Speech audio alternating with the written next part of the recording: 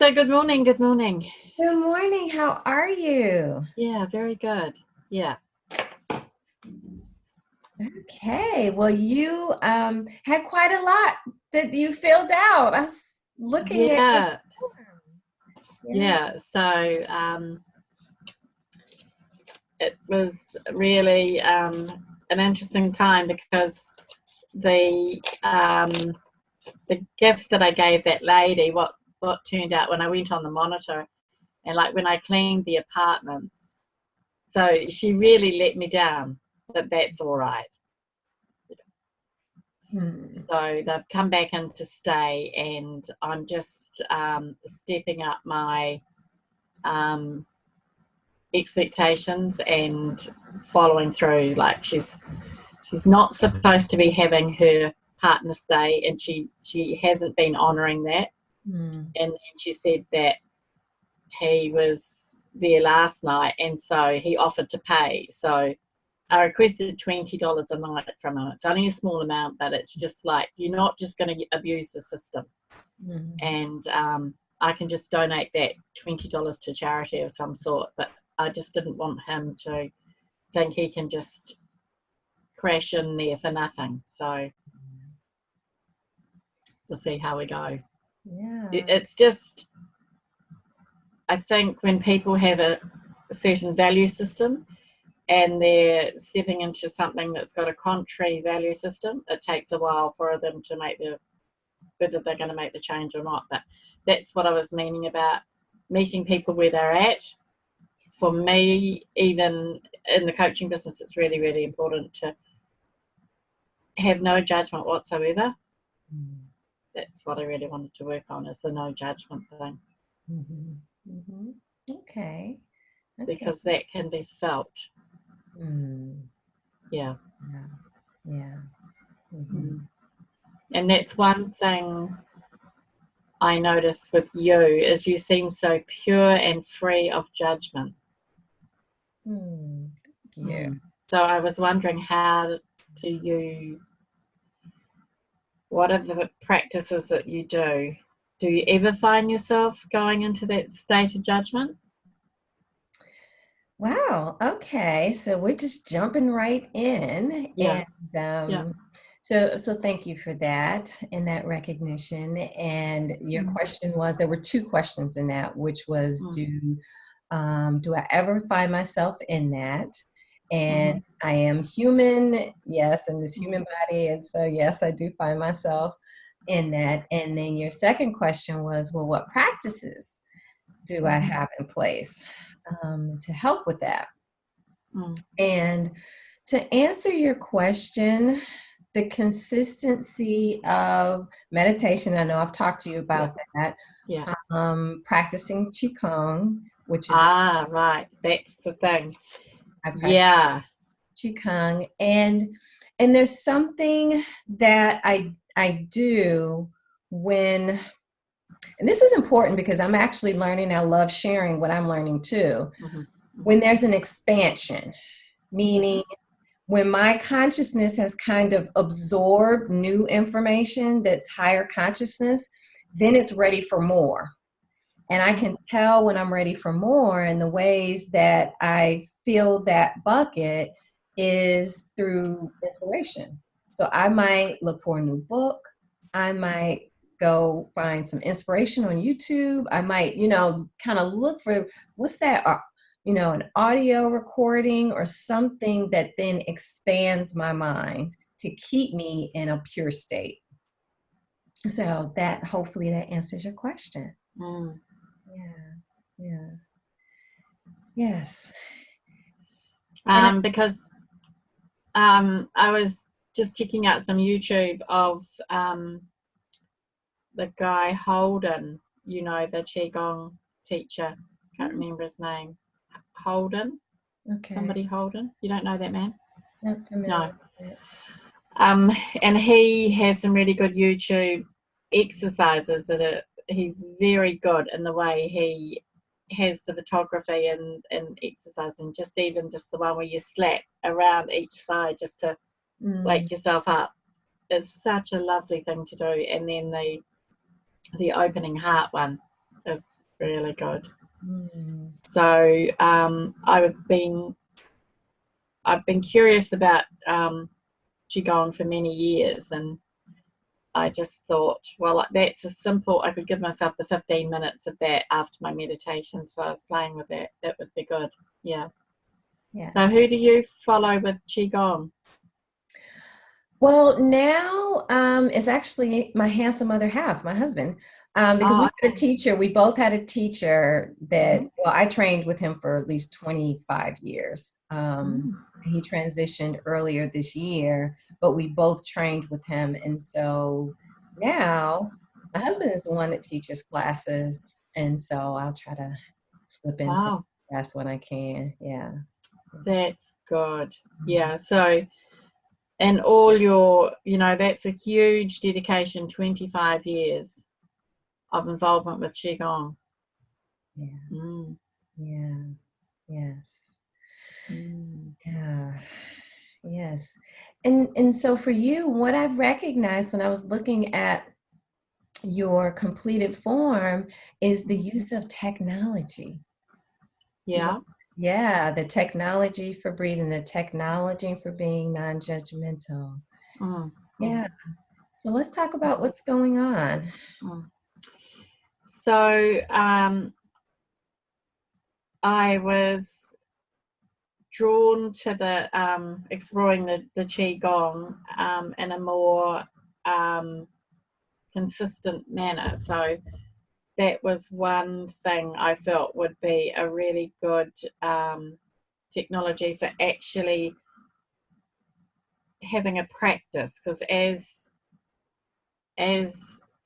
we have practices that is like not negotiable. It's so since I've been going to the 15 minutes on my ankles and 15 minutes on my back, so that's half an hour massage once a week, Mm. because I have this intense tightening in the right buttock. Mm. And I find if I have my life set up with not negotiable things like 7 o'clock, 3 times a week, I go to the vibration training. And I find that's really helpful for me. So it's like finding out a system and a technology that can actually keep me operating at a higher consciousness. Yeah. So it's like now I'll keep researching with YouTube for the Qigong and start just doing one or two other practices. And the other practice was doing the yin yoga on a Sunday at 4 o'clock. So it's working out what are the things that actually cause me to stay in this state. Because when I was spending time with my brother, because we went to the wedding, so we had family together. And he's been traveling around the world on a yacht, and he's been with Marina for about 8 years, maybe. And now he's and then she paid a German doctor to come on board and sail when she came back, because she wanted to come back to land for a while. And then it looks like my brother's gone off and had an affair with this German doctor, and then he's also, I think, had affairs with other ladies. And so now it's probably going to finish definitely with Marina, because he feels like, I don't know what Marina's getting upset about. We can just be friends. Mm. And he's 65. Mm. So I'm really not that close to him because we have different values. So it's just like my parents are quite upset, but they're 90, coming up 90. Mm. And it's really important that they don't give the energy to things they can't change. Mm. So I had a really sweet day with them yesterday, and then the social welfare rang and asked, did I have a 2-bedroom apartment? And I think it was more like a family. I didn't even really inquire too much, but the 2 bedrooms obviously means that there's quite a few people, and they wanted to stay 2 nights. And I just thought, no, the most important, precious time is with my parents. They live about an 8-hour drive away from me, and no, nothing's more important than my parents right now. So I said, no, I'm sorry, I can't help you. And it was really good to just be really clear with that. Like, no, this is the most precious moment. Mm. Yeah.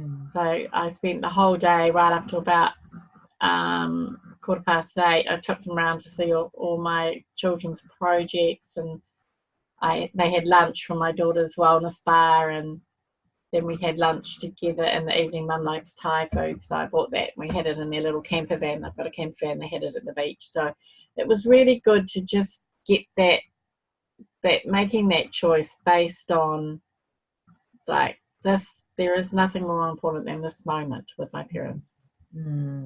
So that's really, and then they leave probably later on this, maybe this morning sometime. They'll leave and go back to make a slow trip back because her brother's actually dying.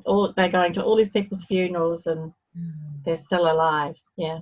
And I mean, driving a camper van at coming up 90 is pretty good.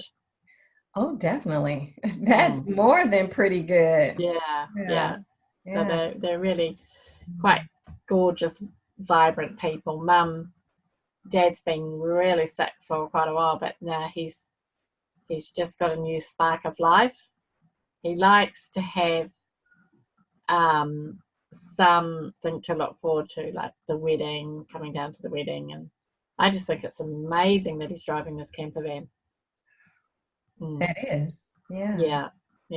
So that was pretty precious. Yeah, and then the other thing was we had this, the tour 250 is when the Captain Cook came and his men shot the Maori people because they were offering gifts. So there was a coming together of this, going back to the past to create a future of united understanding. So that was pretty significant. So that went off really well. So it was good. And then we've just got next weekend, we've got the big food festival this weekend coming up, and then the weekend after that we've got the Labour weekend. So got too busy.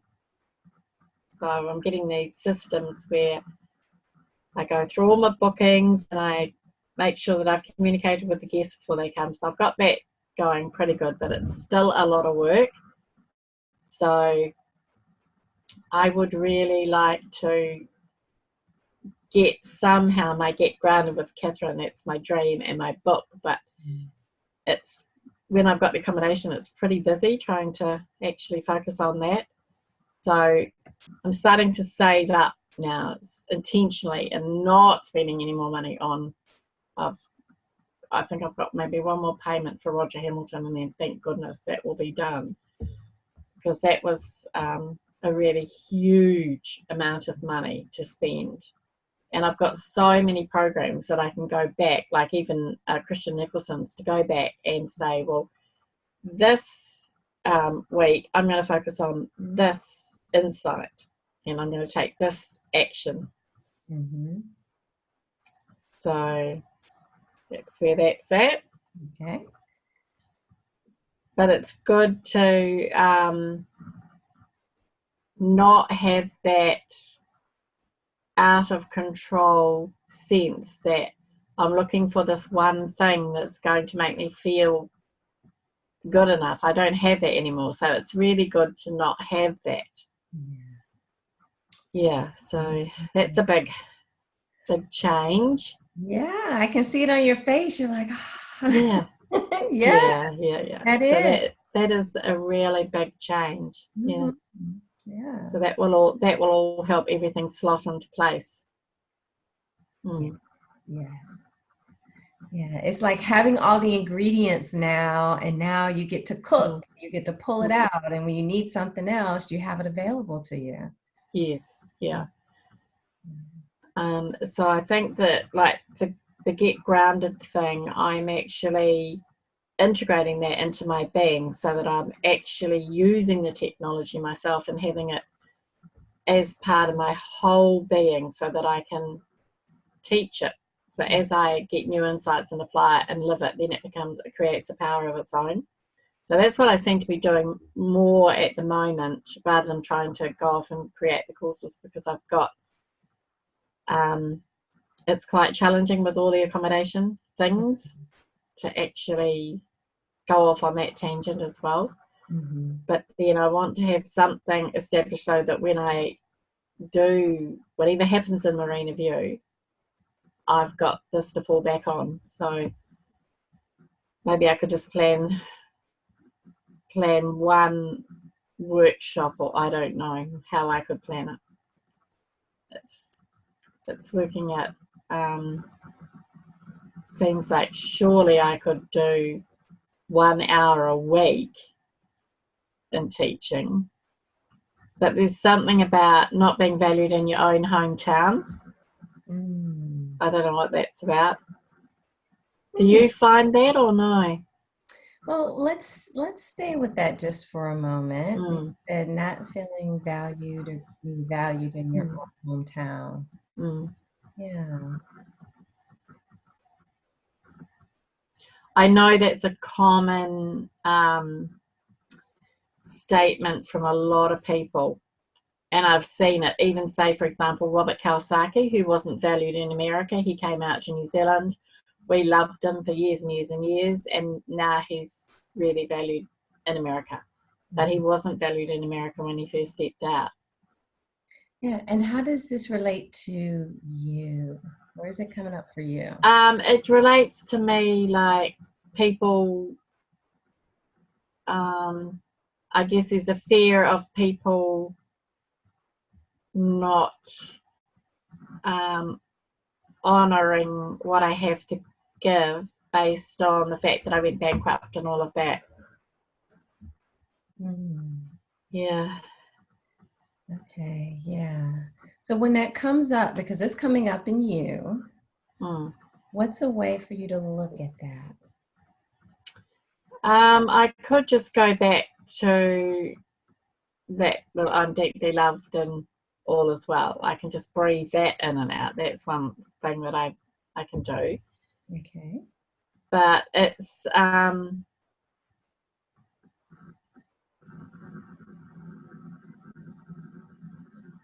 I guess it's just, you just have to do it. You just have to jump off the diving board, and that's it. There's no other way. Well, and as you do it, yeah, that's another way to just kind of do it. And as you take action, you get more confident, and then you get evidence that dissolves that belief. Yes, that's another one. Yeah. So I want to pause here because you mentioned, and this is a part of you now, get grounded with Catherine and bringing it into the world. And I could sense that desire to bring a piece of it into the world, because you were kind of up into your imagination and say, maybe I could do a workshop, but you want to do something. Yeah. What's that something that would satisfy that desire, at the same time bring harmony to where you are? Yes. I guess it's probably going back to focusing on the book. It's probably focusing, like putting it on my phone for 1 hour a day. Surely I can find 1 hour per day to get that book out there, because that's the only way. That's what I can do, something I can do right here, right now. And it's like putting that, going through my phone, deleting all the old, because my phone's not up to date with the important things. So putting that in and making, maybe I could do it at like 7 p.m. each night, and just channel that out of my audio and get the designer program, get familiar with that. Because unless I put it in on my phone, I'm not going to do it. And have an alarm go off and ring. Yeah, so you're committing to have a daily practice? Yeah, so if I do 7 o'clock each day, to just spend an hour with my book. Okay.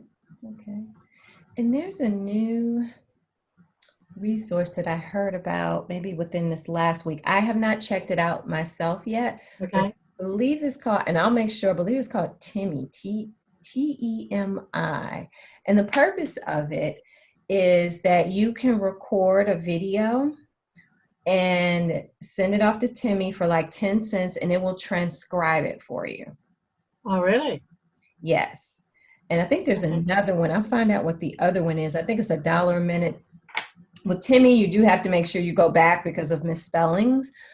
But then there is another resource, and I will find out about those and send those when I send your. Okay.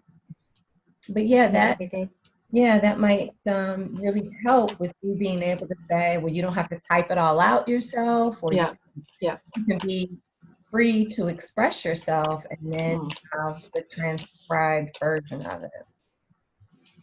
Yeah. That would be good.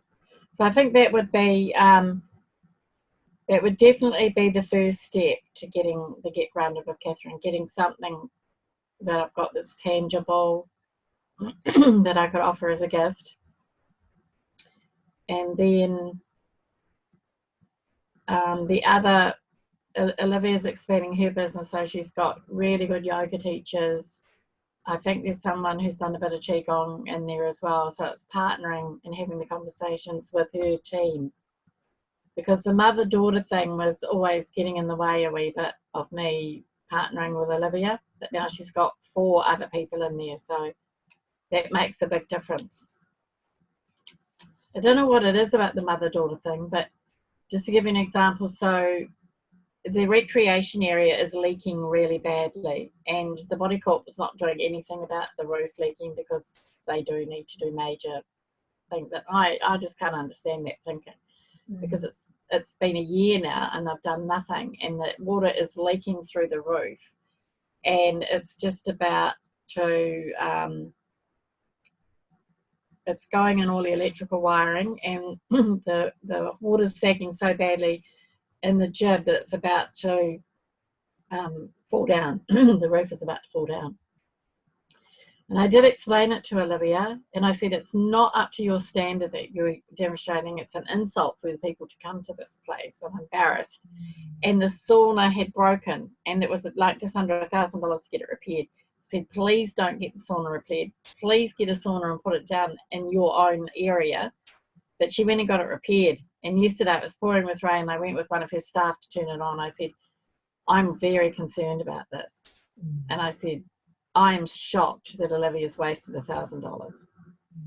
You can't bring clients in here. Because even in the sauna room, it's all full of water on the bottom. It's so unsafe. Like, I'm terrified that someone's going to turn. I think that that area needs to be shut down.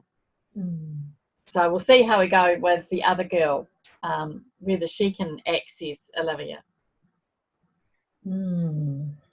There's definitely something I've got to be mindful of, is the mother-daughter conversation. So what is it that you want? How do you want well, there's the outcome because of the building, and then there's the relationship. Yeah. Yes. So from the relationship perspective, what I would appreciate from Olivia is her respecting my perspective.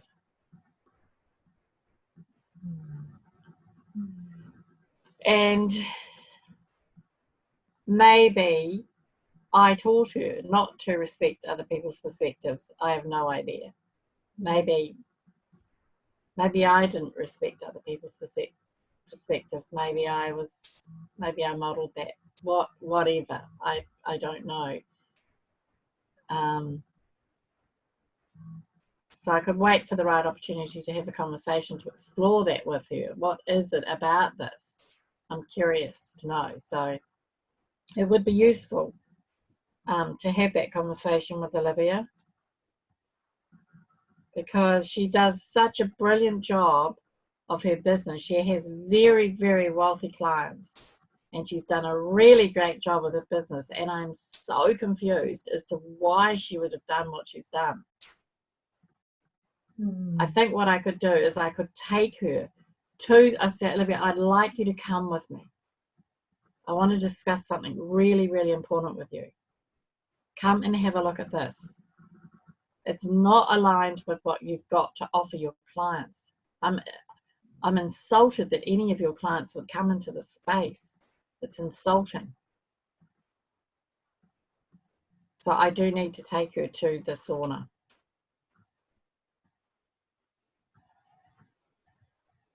So we have to take it offline. We cannot be offering it to our luxury accommodation people. And I have to bring that to the notice of the building committee that this needs to be shut down.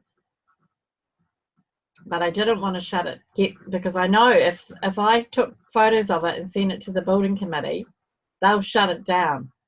And then I didn't want to get her angry with me. Now she's gone and wasted $1,000 when it should have a notice up saying, sorry, this facility is not available. Mm-hmm. Yeah. So even from a health and safety perspective, it's very, very dangerous.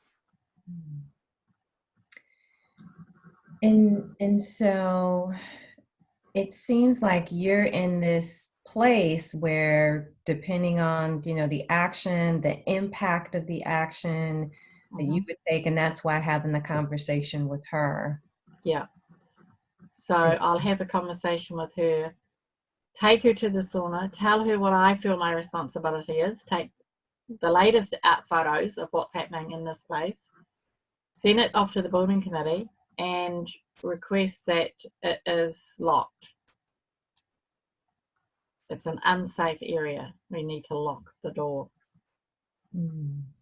Because they're not willing. All they needed to do is just put a bit of sealant on the roof and it would have been fine. And they wouldn't do that.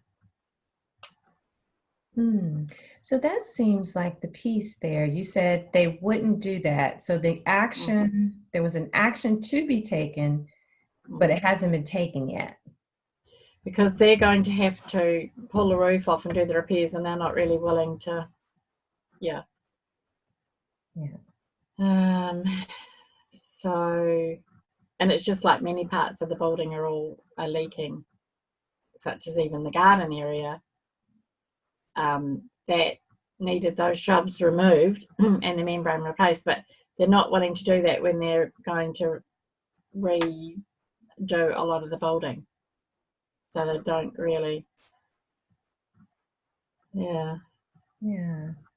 So it's, I guess my responsibility is to bring it to their notice again of the danger of it, take the photos and send it to the building committee and ask them to make a decision.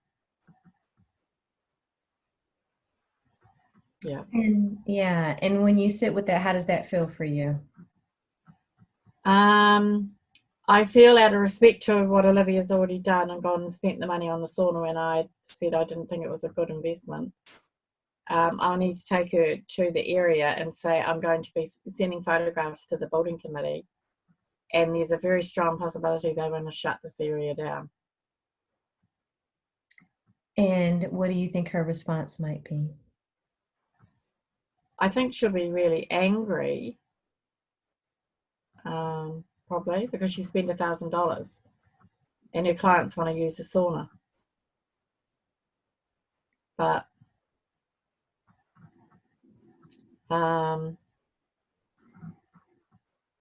it's just what's been happening in one of the areas where it's been leaking outside one of the apartments that we rent out for $5.50 a night. Steve, the guy that helps me, he's climbed up on the roof and put a sealant up there himself and blocked the leak. Yeah. So he's taken personal responsibility for that. Yeah, so that's interesting. You brought up personal responsibility. Yeah. So he did that out of the goodness of his heart. No, it wasn't his job or anything, but he did that. And I had been asking, like, Olivia's husband, he's a builder, is there anything anybody can do that won't cost a lot of money that'll stop this leaking? But people didn't really seem to want to get involved. Mm. Mm. And so now you're getting involved. Well, I, as the building manager, I have a responsibility to make sure that the health and safety is within the framework of the leaking, is managed. Mm-hmm. So, and there's a side of me that really does not like the having to take photographs, having to bring problems to the attention of the body corp owners, because they don't really, that nothing seems to get done. And I really don't like that side of life. Okay. Yeah. Yeah. So this is where, it's coming up for you. Yeah. Doing something that you don't like, that side of life, right? No. Yeah. And that's why once all the repairs start to happen, it's going to be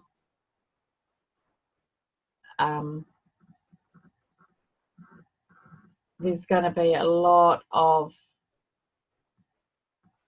attention to mess. The building is going to get pulled apart.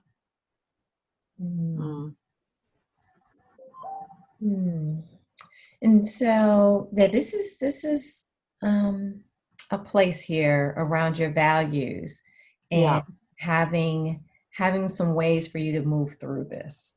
Okay.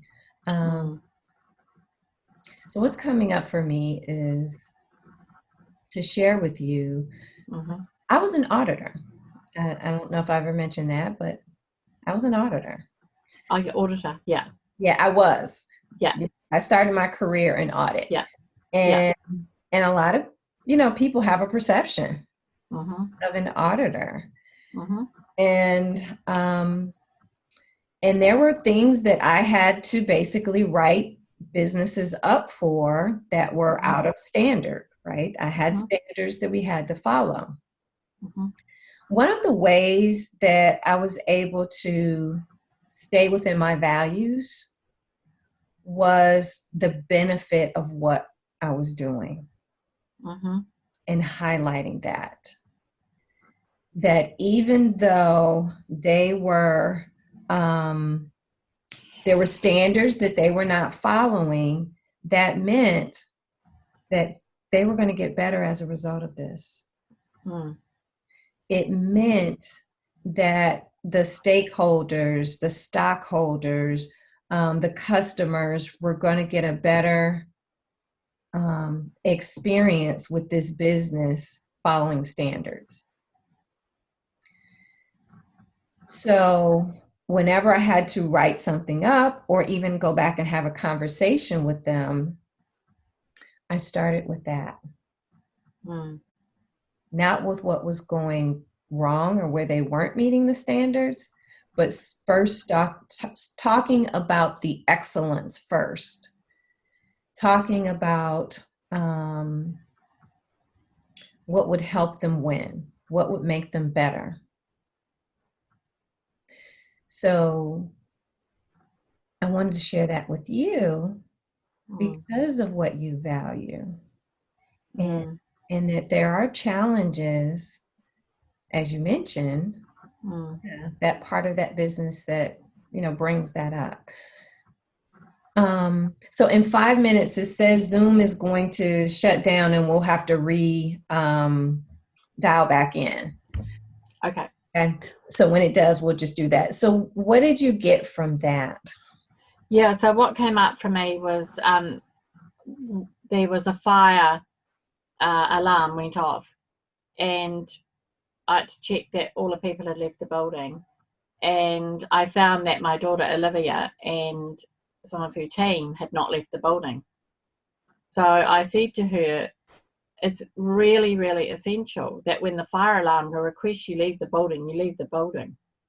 And she said, get down off of your high horse or whatever. She attacked me. And I was like, this is ridiculous. So that's what makes me fearful about the sauna thing. And I know that there has been a few conversations that over her life that she's had with me that have been like that, like get off your high horse. Yeah, so that's scary for me. Yeah, so this goes deeper. It goes deeper than the building, than the fire alarm, than the roof, the leak, the sauna. It goes beyond that. And yes, so that's where the conversation, yes, is to be had. Yes. So that's quite critical. So I'll just send you a message. I'll message you and say, when would it be a suitable time for us to go to the recreation area together? Just say it like that. Not even say it about a conversation. Just say, when would be a suitable time? Yeah. Ideally today. Yeah.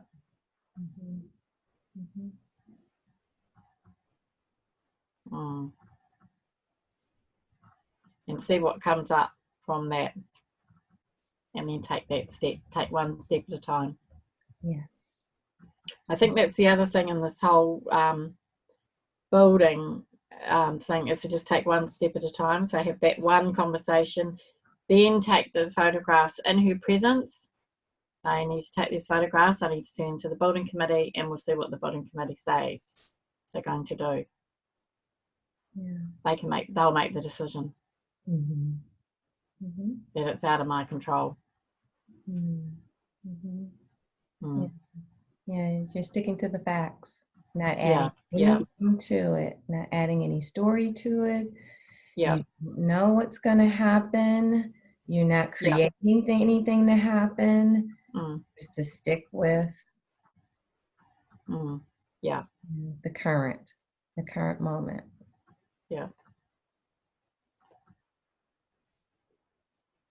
Yeah, and how does that feel for you now? That feels really good, and I particularly like just stick with the current moment, because there's a lot of emotion amongst the owners. Like one of the owners rang me yesterday and said, "Oh, how's the building in all this rain?" I said, "It's really terrible." And because she was expecting me to say that, so I just told her what she expected, and I didn't want to get into the finer detail of everything. She knows it's been leaking for years and years and years. And she did ring me a couple of weeks before that and said, "Oh, I'm on the building committee now, and someone's reported that there's grass growing in the spouting." And I'm like, in the whole scheme of things, you would need scaffolding to get up there to get the grass out of the spouting, and it's not one of the major things right now. But so I said, ring Robbie, who's one of the major people in the building committee, and see what he says. So she didn't bring up the thing about the grass and the spouting. So it's just dealing with them and their high emotions. Yeah, so you want to, and this might cut off, but you want to kind of bring those emotions down. Bring yours down, bring theirs down. There's this cool technique that my daughter and I use, even though she's 8 years old. We'll say, permission to speak freely, and then she'll say, permission granted. And then she'll come to me and say, permission to speak freely, Mom? And I'll say, permission granted. So that already lets us know we're about to have a conversation. That's good. Yeah, that is very good. I like that. Because that sets